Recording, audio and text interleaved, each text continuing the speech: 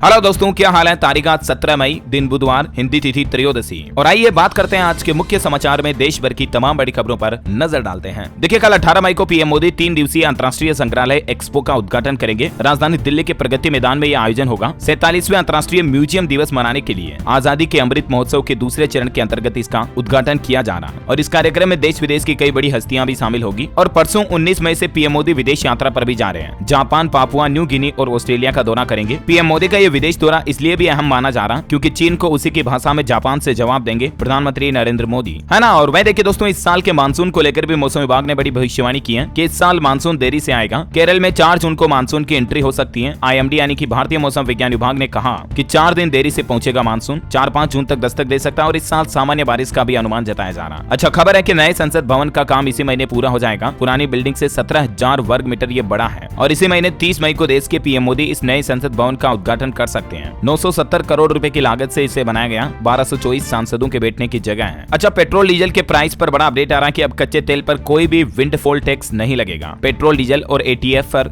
0 tax लगेगा और ये कटौती कल से ही लागू हो चुकी है। मोदी सरकार की तरफ से जारी नोटिफिकेशन के मुताबिक ओएनजीसी, रिलायंस इंडस्ट्रीज जैसी पेट्रोलियम कंपनियों द्वारा घरेलू स्तर पर उत्पादित कच्चे तेल पर विंडफॉल टैक्स जो पहले 4100 रुपए प्रति टन लगता था उसको घटाकर बिल्कुल शून्य कर दिया। हालांकि दोस्तों, सरकार के इस विंडफॉल टैक्स को 0 करने का फैसला आम आदमी के लिए पेट्रोल डीजल की कीमतों पर नहीं पड़ेगा, लेकिन इसका फायदा पेट्रोलियम कंपनियों को होगा, जैसे हिंदुस्तान पेट्रोलियम, इंडियन ऑयल वगैरह है ना, उनको। वैसे ये विंडफॉल टैक्स होता क्या है, इसके बारे में जानकारी भी आप थोड़ा सा स्क्रीन पर देख सकते हैं वीडियो को पॉज करके। चलिए अगला अपडेट है दोस्तों, व्हाट्सएप ने नया chat locking feature roll out कर दिया। यानी कि अब आप अपनी व्हाट्सएप चैट में पर्टिकुलर उसी नंबर की चैट को लॉक कर पाएंगे जिस मैसेज को आप प्राइवेट करना चाहते हैं। यानी कि पूरे व्हाट्सएप पर रोक लगाने की अब जरूरत नहीं पड़ेगी, है ना। और वह देखिए बड़ी खबर, आप आम लोगों के लिए राष्ट्रपति भवन खुलने जा रहा। सप्ताह में 6 दिन आप राष्ट्रपति भवन का दीदार कर पाएंगे, यानी घूम पाएंगे, उसमें विजिट कर पाएंगे। जहां नई दिल्ली राष्ट्रपति भवन को 1 जून से आम लोगों के लिए खोल दिया जाएगा। अच्छा वह देखिए, केंद्रीय संचार मंत्री अनुराग ठाकुर ने एक अनोखा किस्सा सुनाया। उन्होंने कहा कि गूगल के सीईओ सुंदर पिचाई भी अपनी जेब में वैक्सीनेशन सर्टिफिकेट रखते हैं, लेकिन भारत में गरीब के फोन में भी कोरोना वैक्सीन का सर्टिफिकेट आपको मिल जाएगा। इस पर गर्व होना चाहिए। यानी कि भारत डिजिटल इंडिया में कितनी प्रोग्रेस कर चुका है। दुनिया के दूसरे देशों के मुकाबले आज भारत में काफी चीजें डिजिटल हो गई है, जैसे ऑनलाइन पेमेंट में यूपीआई, फास्टैग वगैरह। और कोरोना काल के दौरान सारा टीकाकरण का सिस्टम भी डिजिटल ही रहा, राइट। उन्होंने कहा कि गूगल के सीईओ से मैंने एक बार मुलाकात की, तब उन्होंने अपनी जेब से एक कागज निकाला था, वो कोरोना वैक्सीन का सर्टिफिकेट था, जबकि भारत में वो सब कुछ डिजिटल है, मोबाइल में ही मिल जाते हैं, राइट। अच्छा, टेक्नोलॉजी का अनोखा आविष्कार देखिए, राजधानी दिल्ली में अब रोबोट बुझाएंगे आग। 1 मिनट में 90 मीटर ऊपर 3000 लीटर पानी फेंक सकता है ये रोबोट। 1 करोड़ रुपए इसकी कीमत है। दिल्ली अग्निशमन विभाग ने ऐसे 6 स्वदेशी रोबोट भी खरीदे हैं। वह देखिए बड़ी खबर, ईपीएफओ पेंशन मामले में अवमानना याचिका पर सुप्रीम कोर्ट 14 जुलाई को करेगा सुनवाई। एनसीआर और एनसीओए ने पेंशन के मामले में सुप्रीम कोर्ट के आदेश की अवमानना का आरोप लगाया, तो इस मामले पर 14 जुलाई को सुनवाई होगी। अच्छा, निवेशकों के लिए बड़ी खबर है, एचडीएफसी बैंक ने लॉन्च किया देश का पहला डिफेंस म्यूचुअल फंड। इस म्यूचुअल फंड में आप रक्षा के क्षेत्र में निवेश कर सकते हैं 2 जून तक, है ना। अच्छा, जम्मू कश्मीर में होने वाली G20 समिट को लेकर यूएन को भारत ने जवाब दिया और कहा कि घाटी में माइनॉरिटीज का कोई इश्यू नहीं है, आपके अफसर के आरोप बेबुनियाद हैं। अच्छा भाई, कर्नाटक राज्य में कांग्रेस की जीत के बाद अब नए मुख्यमंत्री के नाम पर आज मुहर लग जाएगी। आज बुधवार को कर्नाटक के बेंगलुरु में कांग्रेस अध्यक्ष मल्लिकार्जुन खड़गे अगले मुख्यमंत्री के नाम की घोषणा करेंगे। आखिर कौन बनेगा कर्नाटक का मुख्यमंत्री, इस रेस को लेकर कांग्रेस प्रमुख खड़गे से सिद्धारमैया शिव कुमार ने भी मुलाकात की। कल ही कांग्रेस ने विधायक दल की बैठक भी बुलाई थी। अभी तक खबर है कि सिद्धारमैया ही कर्नाटक के नए मुख्यमंत्री बन सकते हैं, उनके नाम पर मुहर लग सकती है। बाकी देखते हैं आज कांग्रेस पार्टी की तरफ से क्या घोषणा होती है, अपडेट में आपको बता दूंगा। फिलहाल देखिए बड़ी खबर, सुप्रीम कोर्ट ने ईडब्ल्यूएस आरक्षण के खिलाफ लगी सभी याचिकाओं को खारिज कर दिया और कहा कि ये आरक्षण का कोटा जारी रहेगा। ईडब्ल्यूएस आरक्षण का मतलब होता है दोस्तों इकोनॉमिकली वीकर सेक्शन, यानी कि जो आर्थिक रूप से कमजोर वर्ग हैं, उनके लिए सरकार ने शैक्षणिक संस्थान और सरकारी नौकरियों में 10% आरक्षण 2019 में शुरू किया था। तो इसको खत्म करने के लिए सुप्रीम कोर्ट में याचिका लगाई गई, लेकिन उन सभी याचिकाओं को सुप्रीम कोर्ट ने खारिज कर दिया और कहा कि जो आर्थिक रूप से कमजोर हैं, गरीब वर्ग के लोग बाग हैं, उनके लिए ये आरक्षण जारी रहेगा, है ना। और वहीं देखिए बड़ी खबर, भारत और चीन के सेना अधिकारियों की लद्दाख में बैठक हुई और भारत चीन सीमा विवाद को लेकर इसमें अहम बातचीत भी हुई। जब से गलवान झड़प हुई उसके बाद से भारत चीन के बीच गतिरोध बना हुआ, तो बैठकों और बातचीत का दौर जारी है। वह देखिए बड़ी खबर, सरकार का नया प्लान, ऑनलाइन फ्रॉड से निपटने के लिए अरबों खरबों रुपए खर्च करेंगी गवर्नमेंट। अभी आधे से भी ज्यादा धोखाधड़ी के मामले यूपीआई लेन देन के जरिए सामने आ रहे हैं और सरकार अब इन सभी चीजों के फ्रॉड पर, ऑनलाइन धोखाधड़ी के मामलों पर लगाम लगाने के लिए करोड़ों रुपयों का निवेश करने जा रही है, जिससे कि भारत में डिजिटल सिक्योरिटी को बढ़ाया जाएगा, है ना। और वह देखिए दोस्तों, असम राज्य सरकार ने अपने पुलिस कर्मचारियों को अल्टीमेटम जारी किया कि 3 महीने में फिट हो या फिर रिटायर हो। जो मोटे पुलिस कर्मी हैं, उन सभी को फिट होने के लिए आदेश जारी किया गया और असम राज्य में नया नया नियम भी लागू हो चुका है। अब पुलिस कर्मियों का BMI रिकॉर्ड चेक होगा। BMI मतलब बॉडी मास इंडेक्स, और असम राज्य सरकार मोटे पुलिस कर्मियों का ऑफिशियल रिकॉर्ड भी रखेगी। हालांकि मेडिकल कंडीशन वाले को इसमें छूट दी गई है। अच्छा वहीं देखिए उत्तराखंड में जोशीमठ में दरारों वाले घरों में लौट रहे लोग, होटल मालिकों ने भी खाली कराए कमरे। अब तक 8 लाख यात्री चारों धाम के दर्शन कर चुके हैं। वहीं मणिपुर राज्य में 12 दिन बाद भी हिंसा जारी है। शिविरों में मौजूद ग्रामीण बोले हथियार दें, हम खुद ही निपट लेंगे। अच्छा वाराणसी में ज्ञानव्यापी मस्जिद के ASI सर्वे की याचिका मंजूर हो चुकी है। वाराणसी कोर्ट में हिंदू पक्ष ने लगाई थी ये याचिका। अब इस मामले पर 22 मई को अगली सुनवाई होगी और इस पर मुस्लिम पक्ष से आपत्ति भी मांगी है। अच्छा वहीं देखिए मोदी सरकार के 9 साल पूरा होने के मौके पर PM मोदी ने देश के 70,000 युवाओं को वीडियो कॉन्फ्रेंसिंग के जरिए अलग अलग राज्यों में नियुक्ति पत्र दिया और बधाई भी दी। इस दौरान प्रधानमंत्री बोले कि भारत सरकार की हर योजना, हर नीति से युवाओं को रोजगार मिल रहा है। PM मोदी ने कहा कि 9 साल में तेजी से बदला नेचर ऑफ जॉब, देश में स्टार्टअप की नई क्रांति आई। रोजगार मेले के आयोजन के दौरान PM मोदी ने युवाओं से जुड़ी काफी बातचीतें की। देखिए आप मध्य प्रदेश के भी 241 नवनियुक्त सरकारी कर्मचारियों को अपॉइंटमेंट लेटर देते हुए हैं। PM ने कहा कि सारी प्रोसेस ऑनलाइन कर दी है। भ्रष्टाचार और भाई भतीजावाद यानी नेपोटिज्म भी खत्म हुआ। इस दौरान यूपी में भी 1026 युवाओं को अपॉइंटमेंट लेटर मिला। 5 शहरों में ये रोजगार मेला लगाया गया। अच्छा वैसे सरकार ने कल संचार साथी पोर्टल भी लॉन्च कर दिया, जिसके जरिए अब आप अपने गुम हुए मोबाइल फोन को ब्लॉक कर पाएंगे, ट्रैक कर पाएंगे। मान लीजिए अगर आपका फोन चोरी हो जाता है या कहीं खो जाता है, गुम हो जाता है, तो भी अब आप अपने मोबाइल फोन का आसानी से पता लगा पाएंगे इस संचार साथी पोर्टल के जरिए। इसमें आप मोबाइल चोरी की कंप्लेन दर्ज कराने से लेकर अपना स्टेटस भी चेक कर पाएंगे। यहाँ तक कि आप अपने फोन को लाइव ट्रैक भी कर पाएंगे कि आपके चोरी हुए फोन को कहां, किस लोकेशन पर कौन चला रहा है। इस पोर्टल के जरिए आप अपने चोरी हुए या खोए हुए फोन को कैसे ट्रेस कर पाएंगे, इसकी कुछ स्टेप्स आप स्क्रीन पर देख सकते हैं। और इसके बारे में वैसे एक डिटेल वीडियो मैंने DLS न्यूज के ऊपर कल ही डाला था, तो आप चाहें तो इसे देख सकते हैं। आप अपने मोबाइल में *#06# ये नंबर डायल कीजिए। अभी इस वीडियो को पॉज करके आप ये नंबर डायल करके देख लीजिए, जिससे कि आपको अपने फोन के IMEI नंबर पता चल जाएंगे। इनको स्क्रीनशॉट लेकर के अपने पास लिख कर रख लीजिए, ताकि कभी भी आपका फोन चोरी हो गया, गुम हो गया ना, तो इन्हीं नंबरों के जरिए आप ट्रैक कर पाएंगे। कैसे ट्रैक करने की पूरी प्रोसेस है, step by step complete detail मैंने आपको इस वीडियो में बताई हुई है। आम आदमी के लिए बहुत ही जरूरी जानकारी है, तो आप जरूर देखिएगा इस वीडियो को, है ना। आप कहे तो इसका लिंक मैं नीचे डाल दूंगा डिस्क्रिप्शन में, आप चेक कर लीजिएगा। चलिए फिलहाल देखिए आप अगली बड़ी खबर। मोबाइल की बात हो रही है तो आजकल छोटे बच्चे काफी ज्यादा मोबाइल फोन देखते हैं। उनके लिए वैज्ञानिकों की चेतावनी आ रही है दोस्तों की सस्ता इंटरनेट ज्यादा मोबाइल देखने की बड़ी वजह बन रहा है। लेकिन सस्ते मोबाइल फोन की डिस्प्ले की जो लाइट आती है ना, उससे बच्चों की आंखें भी खराब हो सकती है। और मोबाइल देखकर बच्चे जो खाना खाते हैं इससे पूरा चबाते नहीं है, इससे मोटापा भी बढ़ता है। तो डिजिटल दौर के बच्चों को थोड़ा फिजिकल गेम खिलाएं, इससे बढ़िया तो गिल्ली डंडा, पकड़म पकड़ाई, खो खो, फुटबॉल, क्रिकेट वगैरह आउटडोर गेम्स खिलाएं, जिससे बच्चे फिट रहेंगे, है ना। अच्छा अगला अपडेट देखिए, केदारनाथ हेलीकॉप्टर सेवा में रेलवे जैसा फ्लेक्सी मॉडल भी लागू कर दिया है और इस तरह के टिकट के लिए अब आपको 4,000 रुपए ज्यादा देने पड़ेंगे। उत्तराखंड नागरिक उड्डयन विकास प्राधिकरण की तरफ से यह नया सिस्टम लागू किया गया। अच्छा ब्रिजभूषण और रेसलर्स यानी पहलवानों के बीच जो मसला चल रहा उसको लेकर देखिए, इनके विवाद में जांच कमेटी ने सबूत मांगे इनसे, कहा कि ऑडियो वीडियो प्रूफ दे।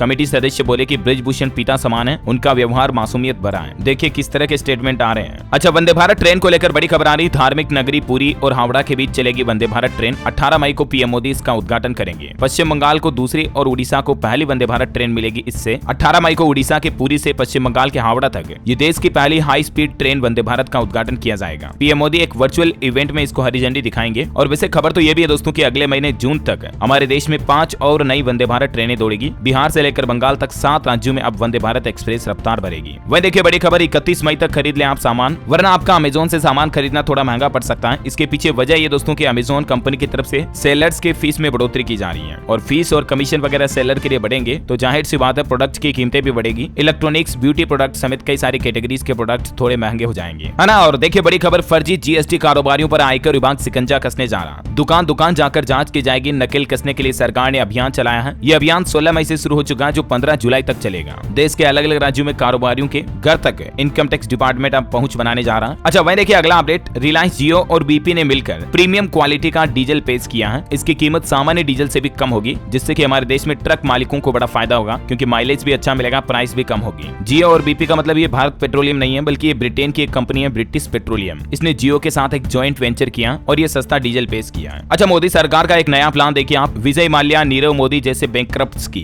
अब यूनिक ID बनाई जाएगी। इनके आधार कार्ड, पैन कार्ड से सारी डिटेल लिंक होगी, जिससे कि पैसाखोरों पर नकल कसी जाएगी। भारत सरकार इस तरह के बैंक अपराधियों को विशिष्ट पहचान देने के लिए एक नया अभियान शुरू करने जा रही है, जिसमें ये कुछ बड़े नाम भी शामिल हो सकते हैं। देश भर में करीब 2.5 लाख आर्थिक अपराधियों को यूनिक ID मिलेगी। अच्छा बीमा पॉलिसी को लेकर देखिए, इलाहाबाद हाईकोर्ट ने बड़ा अहम फैसला सुनाया कि बीमा पॉलिसी में नामित उत्तराधिकारी का प्रमाण पत्र देना बाध्यकारी नहीं है। बीमा कंपनी के एक ऐसे केस की मामले की सुनवाई करते हुए इलाहाबाद हाईकोर्ट ने कहा कि मान लीजिए किसी के पिता की बीमा पॉलिसी और उसका उत्तराधिकारी डॉक्टर्स का बेटा बनता है तो उसके लिए प्रमाण पत्र देने की जरूरत नहीं है। वह देखिए कोरोना के इलाज पर भी एक ऐसे ही बीमा कंपनी ने भुगतान नहीं किया था 2020 में, लेकिन अब मुंबई ठाणे कोर्ट की तरफ से जुर्माने के साथ बीमा कंपनी को 3.5 लाख रुपए देने का आदेश जारी किया है। अच्छा, देश भर के लोगों के लिए एक बड़ी अच्छी खबर देखिए आप, डेंगू का टीका विकसित कर रही है हमारे देश की 2 कंपनियां। ICMR यानी Indian council of medical research के निदेशक ने दावा किया कि जल्द ही तीसरे चरण का ट्रायल परीक्षण किया जाएगा और बहुत जल्द हमारे देश में डेंगू का टीका भी अवेलेबल होगा। वैसे दवाइयों वगैरह की बात हो रही है और अगर आप भी या आपके घर में कोई बूढ़े दादा दादी आयुर्वेदिक दवाइयां खाते हैं तो जरा सावधान हो जाइए, कहीं आप घटिया और नकली क्वालिटी की मेडिसिन तो नहीं खा रहे हैं, क्योंकि मामला जरा गंभीर है। बात कुछ यूं है दोस्तों कि उत्तर प्रदेश, उत्तराखंड, राजस्थान और हरियाणा में 500 से भी ज्यादा फर्जी आयुर्वेद डॉक्टर्स को पकड़ा गया। SIT की जांच में यह बड़ा खुलासा हुआ है। SIT यानी स्पेशल इन्वेस्टिगेशन टास्क फोर्स की तरफ से ये फर्जी आयुर्वेद डॉक्टरों का खुलासा हुआ। ऐसे में अगर आप भी आयुर्वेदिक दवाइयां वगैरह लेते हैं तो जरा सावधानी से, है ना। अच्छा, मार्केट से अपडेट देखिए आप, कुछ बॉन्ड मार्केट में जल्द ही यूनिवर्सिटीज और नगर निगम भी कर सकेंगे निवेश। QIB की परिभाषा बदलने की तैयारी में है सेबी। QIB मतलब क्वालिफाइड इंस्टीट्यूशनल बायर्स, इनकी डेफिनेशन में बदलाव किया जाएगा। ज्यादा जानकारी आप देख सकते हैं। और इसके अलावा एक और नया नियम देखिए, 3 जुलाई से बदल जाएगा SGX निफ्टी का नाम भी, जिससे निवेशकों को बड़ा फायदा होगा। अब SGX निफ्टी को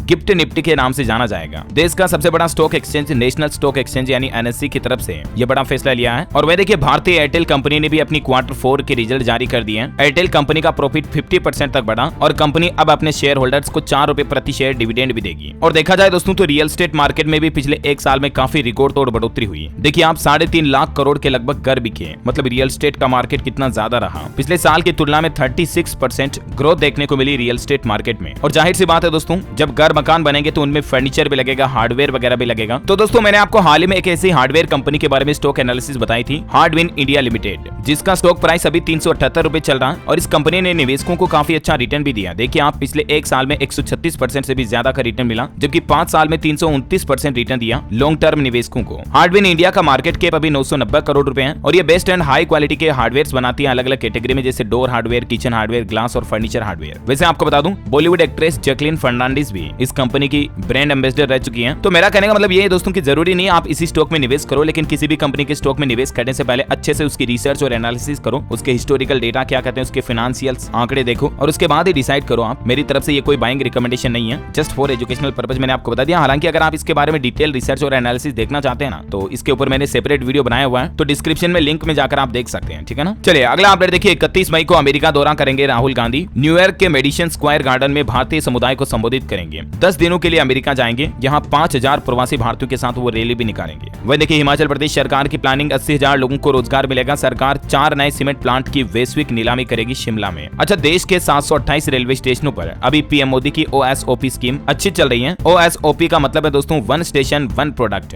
यानी कि देश में जो अलग अलग तरह के लोकल लेवल के प्रोडक्ट होते हैं ना, उनको बढ़ावा देने के लिए रेल मंत्रालय के साथ मिलकर भारत सरकार ने ये स्कीम निकाली हुई है, जिससे कि लोकल कारीगरों को एक नया बाजार भी मिला। रेलवे स्टेशनों पर आपको इस तरह के स्टॉल देखने को मिल जाएंगे। अच्छा, बैंकिंग न्यूज से खबर है, कोटक महिंद्रा बैंक ने लोन की ब्याज दरें बढ़ा दी हैं। MCLR में बेसिक पॉइंट 0.10% की बढ़ोतरी की है और इस बढ़ोतरी के बाद कोटक महिंद्रा बैंक के अलग अलग लोन मोस्टली 8.35 से 9.35% के बीच रहेंगे। ये बढ़ी हुई ब्याज दरें कल से ही लागू हो चुकी है ना। और अभी तो अपन कुछ और महत्वपूर्ण और काम की खबरें देखेंगे, लेकिन इससे पहले आज के मौसम समाचार पर नजर डाल लेते हैं। और इससे भी पहले दोस्तों आपसे एक छोटी सी प्यार भरी रिक्वेस्ट है कि अगर आपने DLS न्यूज चैनल को अभी तक भी सब्सक्राइब नहीं कर रखा ना, तो फटाफट से कर लो, और पहले से ही किया हुआ तो दिल से शुक्रिया आपका, क्योंकि इस पर रोजाना इसी तरह की काम की महत्वपूर्ण खबरें आपको तुरंत मिलती रहेगी। तो सब्सक्राइब करके बेल आइकन जरूर दबा देना, और आप चाहे तो अपने DLS भाई के लिए लाइक भी कर सकते हैं। चलिए आज के फटाफट से मौसम समाचार देख लेते हैं। देखिए मोका चक्रवात तूफान के बाद अब एक और नया तूफान आ रहा है, फेबियन जिसका नाम है। हिंद महासागर में ये चक्रवात आगे बढ़ रहा है। इस तूफान के चलते मानसून भी थोड़ा धीरे बनेगा। तो इधर देखिए मोका चक्रवात के चलते पश्चिम बंगाल में 9 लोगों की जान चली गई। कई जगहों पर बिजली के तार, पेड़ पौधे, खंभे उखड़ गए। पश्चिम बंगाल में आंधी तूफान और बारिश ने भयंकर तबाही मचाई। और पश्चिम बंगाल के मुख्यमंत्री ममता बनर्जी ने भी मृतकों के परिवारों को 2-2 लाख रुपए की आर्थिक सहायता राशि मुआवजे के रूप में देने की घोषणा की है। तो वहीं देखिए आप बिहार में भी इस आंधी तूफान में 7 लोगों की जान चली गई, 8 लोग घायल हो गए। मोका तूफान के चलते बिहार के भी 9 जिलों में भारी बारिश का अलर्ट जारी किया हुआ। तो वहीं राजस्थान में भी 50 किलोमीटर प्रति घंटा की रफ्तार से आया तूफान। देखिए आप तूफान में एक तो 176 फीट ऊंचा टावर भी गिर गया। आंधी से 544 पोल गिरने से राजस्थान के जैसलमेर में 30 गांवों और 100 ढाणियों में बिजली भी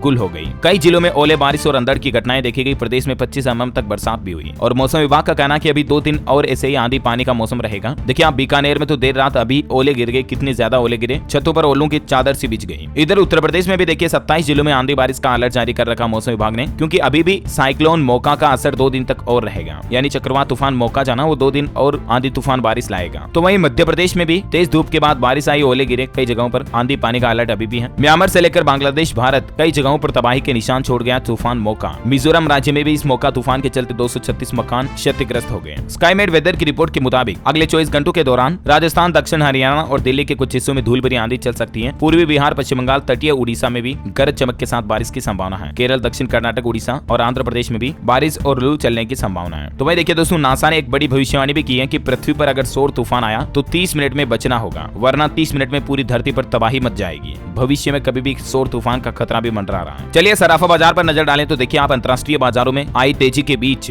घरेलू स्तर पर भी सोना चांदी की कीमतों में बढ़त देखी गई। सोने का रेट अभी 62,250 रुपए प्रति 10 ग्राम चल रहा है, तो वहीं चांदी 78,000 रुपए प्रति किलो के लगभग चल रही है। अच्छा, कोरोना आंकड़ों की बात करें तो देश में कोरोना की रफ्तार पर ब्रेक लग गया। 24 घंटों में मात्र 656 नए मामले आए और सक्रिय मामलों की संख्या भी गिरकर 13,037 रह गई है। वही देखिए एजुकेशन पर बड़ा अपडेट आना, हरियाणा पुलिस 2018 भर्ती परीक्षा का रिजल्ट रिवाइज किया जाएगा। हाई कोर्ट ने हरियाणा सरकार को बड़ा झटका दिया। 1054 और फेन कैटेगरी के अभ्यर्थियों की रीस्क्रूटनिंग होगी। तो वहीं पश्चिम बंगाल में 36,000 प्राथमिक शिक्षकों ने गंवाई नौकरी। ममता बनर्जी ने कहा कि हम आपके साथ हैं, हाईकोर्ट के फैसले को चुनौती देंगे। और चलिए दोस्तों, एजुकेशन के बाद कुछ और महत्वपूर्ण खबरें देख लेते हैं फटाफट से। देखिए एनएसई ने लॉन्च किया नया फ्यूचर कॉन्ट्रैक्ट। अब F&O सेगमेंट के तहत WTI क्रूड ऑयल और नेचुरल गैस में भी आप ट्रेड कर पाएंगे। देख सकते हैं आप, एनएसई इंडिया की तरफ से ऑफिशियली ट्वीट भी किया गया इसको लेकर। नेशनल स्टॉक एक्सचेंज ने क्रूड ऑयल और नेचुरल गैस को भी स्टॉक मार्केट में ट्रेड के लिए लॉन्च कर दिया है। अच्छा, उत्तर प्रदेश की योगी सरकार ने राज्य सरकार के कर्मचारियों को बड़ी सौगात दी है। 4% तक महंगाई भत्ता बढ़ा दिया। इस बढ़ोतरी के बाद अब 38% से बढ़कर डीए 42% हो गया। और इस बढ़े हुए डीए का लाभ कब से मिलेगा तो 1 जनवरी 2023 से ये बढ़ा हुआ डीए माना जाएगा और इससे प्रदेश के लगभग 28 लाख परिवारों को बड़ा लाभ मिलेगा। पेंशनर्स और राज्य कर्मचारियों को योगी सरकार ने यह बड़ा तोहफा दिया है। वहीं देखिए उत्तर प्रदेश में अब पुरानी पेंशन व्यवस्था को भी वापस लागू करने को लेकर कर्मचारियों ने आंदोलन तेज करने की चेतावनी दी है। और वैसे यूपी सरकार ने एक और आदेश जारी किया कि हर हाल में अब सरकारी अस्पतालों में ही दवा मिलेगी। योगी सरकार ने प्रदेश के सभी जिलों में यह आदेश जारी कर दिया। दवा देने को लेकर सरकारी अस्पताल मरीजों के साथ कानाकानी नहीं कर पाएंगे, है ना। निजी अस्पताल में मरीजों को निःशुल्क एम्बुलेंस की सुविधा भी मिलेगी।